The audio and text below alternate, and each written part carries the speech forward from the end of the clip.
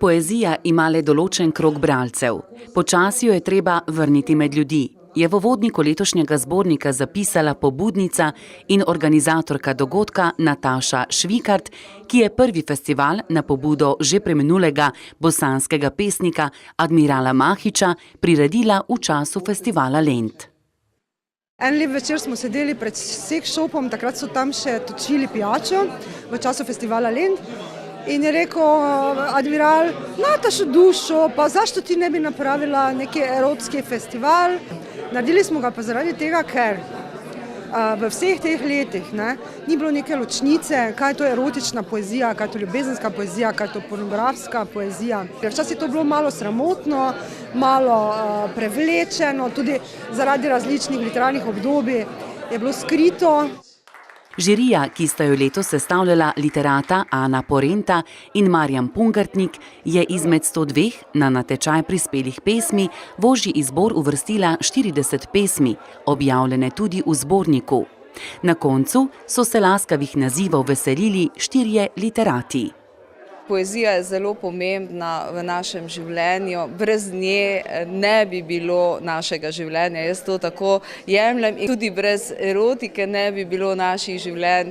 Oddaljujem se od ostalih tem, ki so običajno prisotne, in pač akcentiram stvar na, bomo temu rekli, čim telesnejši ljubezni. Koliko god je lijepo primiti nagradu, još bolji osjećaj od toga kad pjesnik je svjestan toga da je napisao dobru pjesmu. I had in my mind, my woman.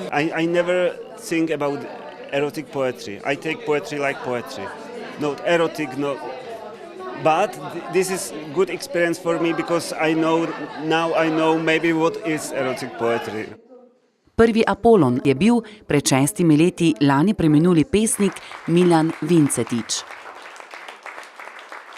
In je on kot Prešernov nagrajenec dal izjavo za javnost, da mu ta nagrada muze z muzami pri muzah pomeni več kot pa Prešernova nagrada. Imamo v Sloveniji veliko erotične poezije. Jaz mislim, da v Sloveniji imamo dosti te dobre erotične poezije skozi stoletja. Že če bi rekli Visoka pesem Biblija, je že prva erotična pesem. Mi smo pred mesecem dni izdali zbirko erotične poezije Davida Bedrača, Patricija Dodič je recimo taka avtorica. Potem je tukaj Ivan Stropnik, Erika Volk je erotična do brezkrajnosti. Bolj imamo tega Ivana Dobnika, tudi Petra Kolmančič.